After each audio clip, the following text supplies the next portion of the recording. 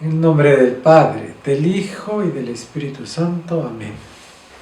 Queridos hermanos, hoy día, martes de la 30ª semana del tiempo ordinario, el Evangelio de San Lucas dice lo siguiente. En aquel tiempo Jesús decía: ¿a qué se parece el reino de Dios? ¿A qué lo compararé? Se parece a un grano de mostaza que un hombre toma y siembra en su huerto. Crece, se hace un arbusto y los pájaros anidan en sus ramas. Y añadió: ¿a qué compararé el reino de Dios?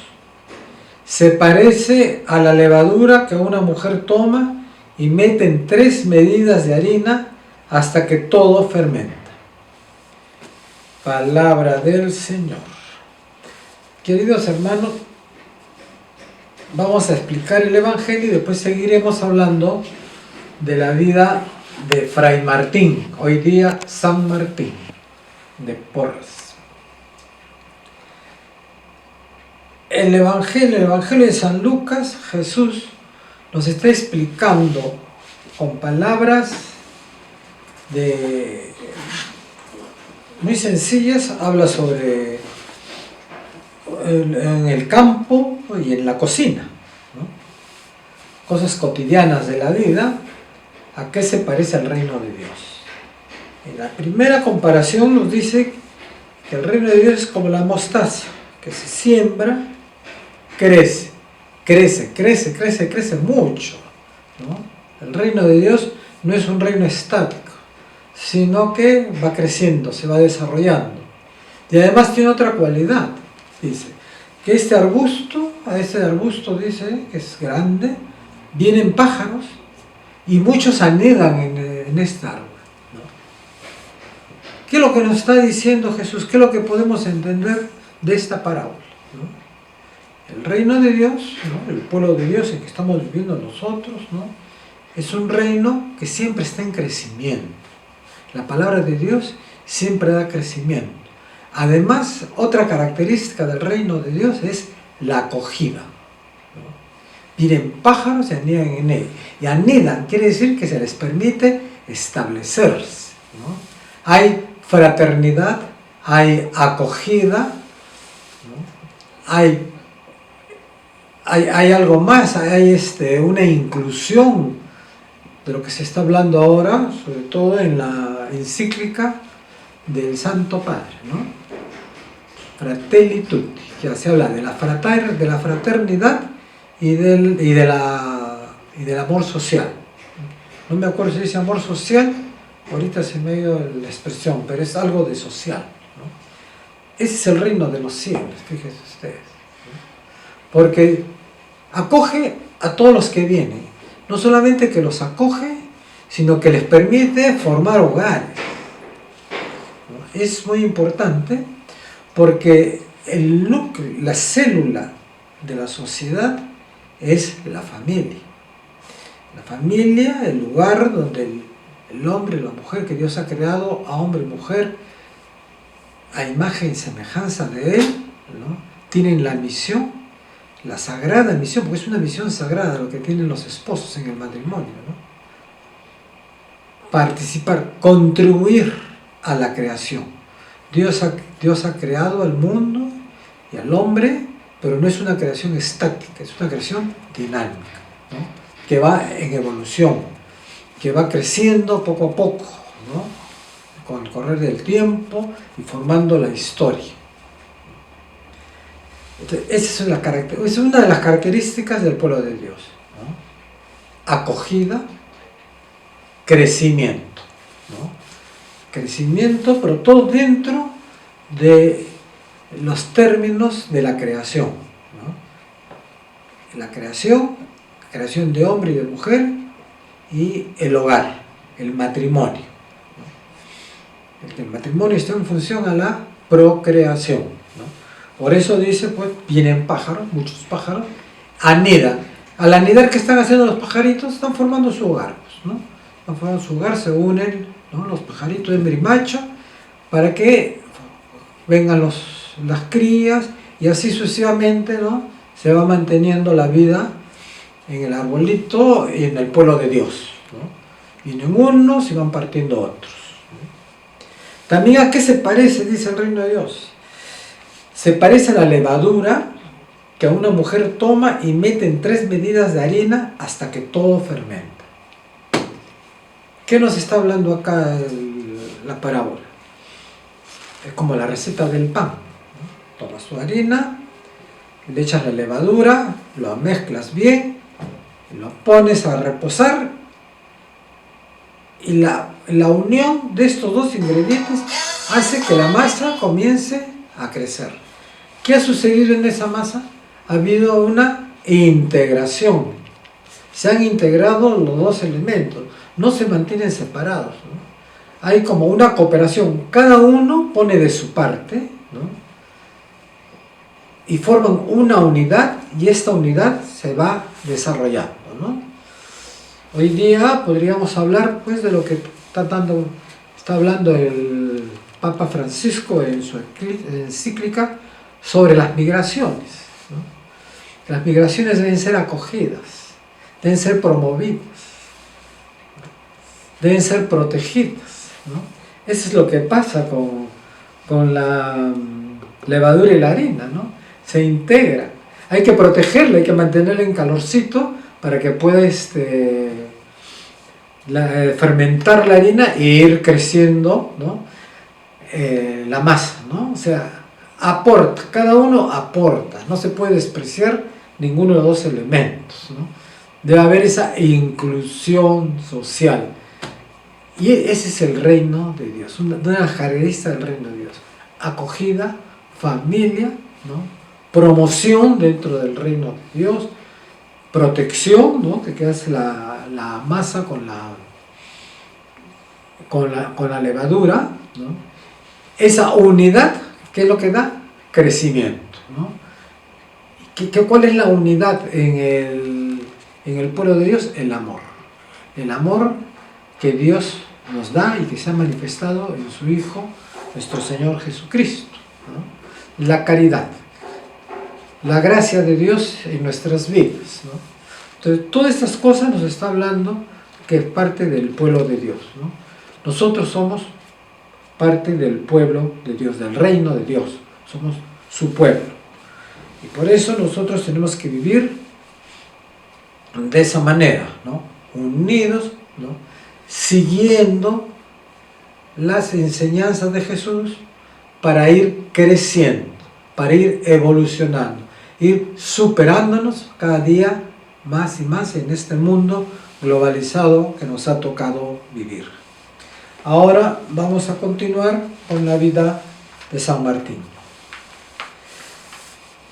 Fray Martín, en cuanto a sus cosas terrestres, era nulo, así.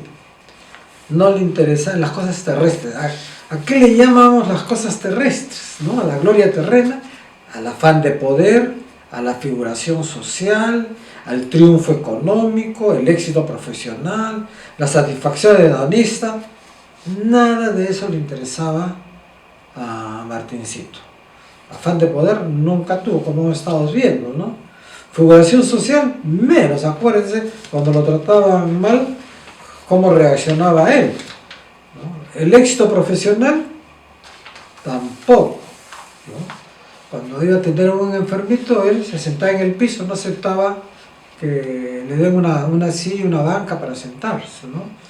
Y satisfacción hedonista, ni qué decir, porque hemos visto cómo él disciplinaba sus alimentos, todas esas cosas. O sea, las cosas terrenas, nulo. Su afecto a las cosas terrenas, nulo. Su afecto a las personas era limitado. Y su afecto a Dios era sin límite. Sin límite, ¿no? El amor era sin límite. Y ese sin límite lo demostraba en sus disciplinas que se daban, ¿no? Era la manera como él demostraba su amor a Dios. Sin embargo, el mundo le presentó al hermano Donado una dura realidad, de la que logró sacudirse, ¿no? Porque no le interesaban las cosas del mundo, ¿no? Solamente le interesaba el prójimo en la medida que él cumplía con la caridad y cumplía con Dios, ¿no? Y le interesaba sobre todo Dios. Dios y el prójimo, porque sabemos que las dos cosas van juntas, y eso lo practicó bien San Martín. San Martín en el mundo era nadie, y donde era más, era en el convento, era el último, ¿no? ¿Por qué donde era más? Dentro del mundo, donde era importante, era en el convento, ¿no? Porque ahí realiza él su vida de unión con Dios y su vida de unión con el prójimo. Pero en el convento, socialmente era el último. Como era donado, ni siquiera era un fraile lego, era un fraile mulato donado.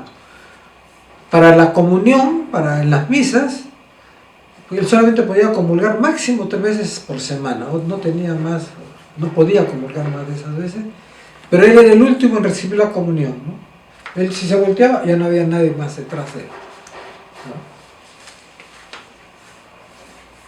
¿no? Su realidad era bastante simple y él la sabía. Era hermano donado, ni siquiera lego, hijo ilegítimo y mulato por añadidura.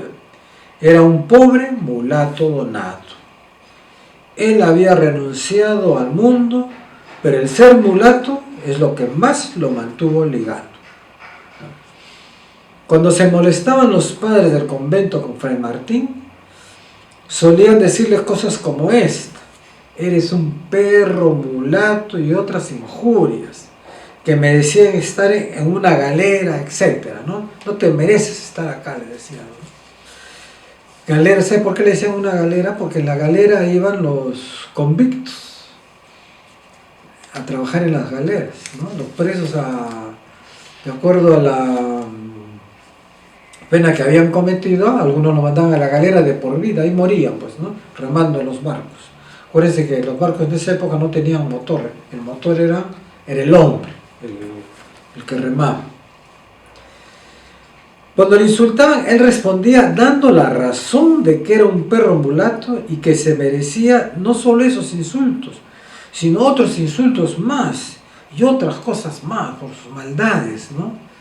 Era un hombre humilde. Él sabía que perfecto no es y que siempre tiene defectos, ¿no? Y él nunca justificaba sus defectos, ¿no? Esa es la santidad. Todos estamos llamados a la santidad, hermanos. ¿Cuál es el secreto para la santidad? Es no justificar tus faltas. No justifica tus faltas. Reconoce tus valores. ¿Y con quién arreglas primero la cuenta? Con Dios. Y después con el prójimo. Esa es la santidad. La santidad no es ser perfecto. La santidad es ser humilde, reconocer tus defectos sobre todo. Y siempre hacia adelante. Fray Martín nunca tuvo enojo alguno cuando era insultado e injuriado. Más bien, con el semblante alegre y risueño, le respondía con mucha humildad que decían bien y que lo conocían bien, y le servía con más amor y voluntad a aquellos que le injuriaban, ¿no? Fíjense ustedes, ¿no? Qué diferente como somos nosotros, ¿no? Si alguien nos trata mal, ya no digo nos injuria, pero si alguien no te trata bien, ya tú lo vas a mantener a la distancia a la persona, vas a ponerte serio frente a él, lo escucharás por obligación, pero siempre manifestando, aunque sea con gestos o con actitudes, de que no es una persona de tu agrado. Él no. Y ¿saben por qué? Quizás no. Porque él sabía que él no es perfecto, porque no somos perfectos, ¿no? El único perfecto es Dios, ¿no? Y todas estas actitudes le permitían a él vivir virtudes, ¿no? Que vamos a ver cuáles son las virtudes que vivió y cómo vivió San Martín. Recuérdense que el único tesoro que tenemos es las virtudes, no el dinero que tenemos, ¿no? Entonces, esas actitudes de los demás para él era una riqueza, era una alegría, porque le permitía vivir la humildad, la paciencia, ¿no? La mansedumbre. Él estaba feliz por eso cuando le decían esas cosas, porque todo eso lo acercaba más a Dios. Sin embargo, a pesar de tanto de nuestro por ser mulato, tuvo también algunas compensaciones. A pesar de tener tantas problemas por lo que era mulato, ¿no? También tuvo algunas compensaciones. Hubo personas importantes, tanto del monasterio como de fuera, que le pidieron a Fray Martín permita que ellos le llamen padre y Martín los trate como hijos en una relación filial, ¿no? Bueno, ese es lo que dice el Señor, ¿no? Los últimos serán primeros, ¿no? El que se humilde será enaltecido, será otro te enaltecerá. El hombre por orgullo busca enaltecerse él mismo, ¿no? Martincito Morcito era muy modesto, ¿no? Era muy modesto, no tenía nada de orgullo.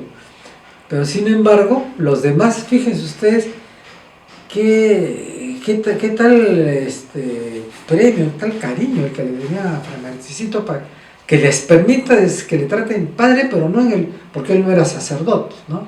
Como papá, que veían en él a un papá amoroso que se preocupa por sus hijos, así lo veían.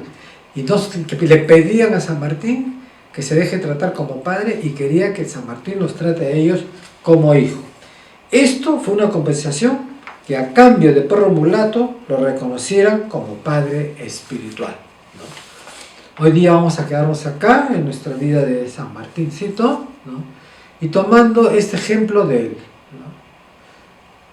Saber despreciar las cosas del mundo, medirnos en nuestra relación con el prójimo, no dar más de lo que se debe dar y amar sin límites a Dios. Que el Señor los bendiga, los proteja y los cuide de todo mal. Amén.